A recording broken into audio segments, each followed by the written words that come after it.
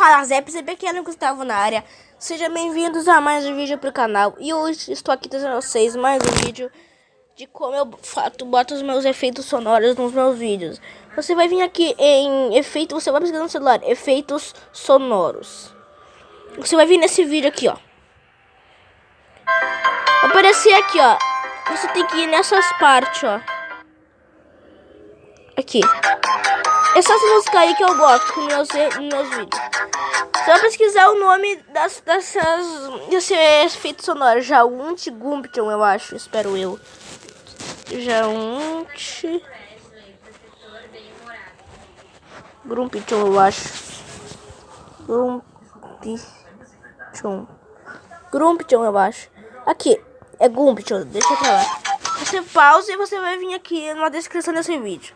Você vai clicar em download link. Aí você naquele vídeo você vai ter vários efeitos sonoros.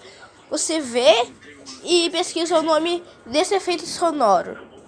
Esse aqui é Jaunt Gumption.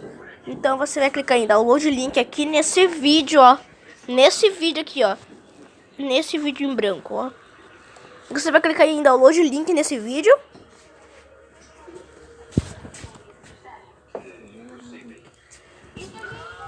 Aí você vai entrar nesse vídeo, nesse link. Vai estar aqui, download Jaunt Gumption como MP3. Você clica nele. Aí, como sempre, você vai baixar um aplicativo, um jogo. Vai ser aquela coisa de que tá instalando. Você vai clicar, aí você vai vir aqui. Aí vai aparecer aqui, ó. Transferência concluída, Jaunt Gumption. Você clica nela. Aí se você tiver KineMaster, se você estivesse usando KineMaster e Power Director, etc, você vai ter que fazer isso, ó. Tirar todas, fechar todas. Você vai entrar no seu Power Director ou KineMaster, eu não sei.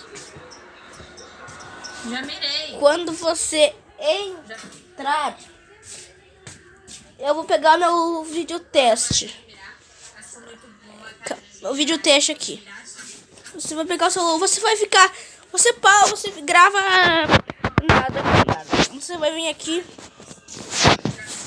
em seus vídeos, Mobzen. Aqui é a minha coisa de testações. Deixa pra lá porque eu instalei o Power Direct, como eu falei aquele vídeo pra vocês. Eu vim aqui nessas coisas de música aqui. E se vem downloads, vou ter todas essas músicas aqui, ó. Vou dar um exemplo pra vocês. Você bota aqui, você clica nela e clica, ó.